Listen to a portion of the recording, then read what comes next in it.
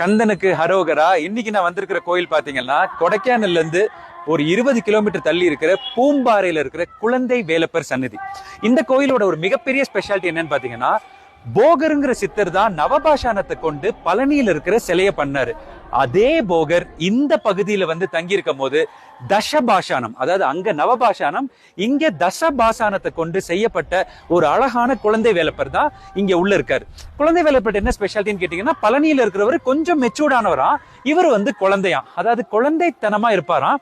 அவர்கிட்ட வந்து எது வந்து ரொம்ப அதிகாரமா நான் இது செய்யறேன், எனக்கு அது கொடு, அது செய்யறேன், இது கொடு அப்படின்லாம் இல்லாம ஒரு குழந்தைகிட்ட கேட்கிற மாதிரி, செல்லம் தங்கம் எனக்கு இதை செஞ்சு கொடு அப்படின்னு கேட்டா எதுவாக இருந்தாலும் உடனடியா நம்மளுக்கு கொடுக்கிறவர் தான் இந்த குழந்தை வேலப்பர்.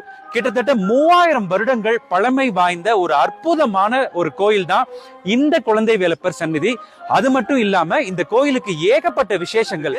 சோ நீங்க கொடைக்கானல் வரும்போது கண்டிப்பாக பூம்பாறைங்கிற ஊரை தேடி அங்க இருக்கிற இந்த குழந்தை வேலப்பரை வந்து தரிசனம் பண்ணணும் அப்படிங்கிறது என்னோட ஒரு தாழ்மையான வேண்டுகோள். கந்தனுக்கு ஹரோகரா.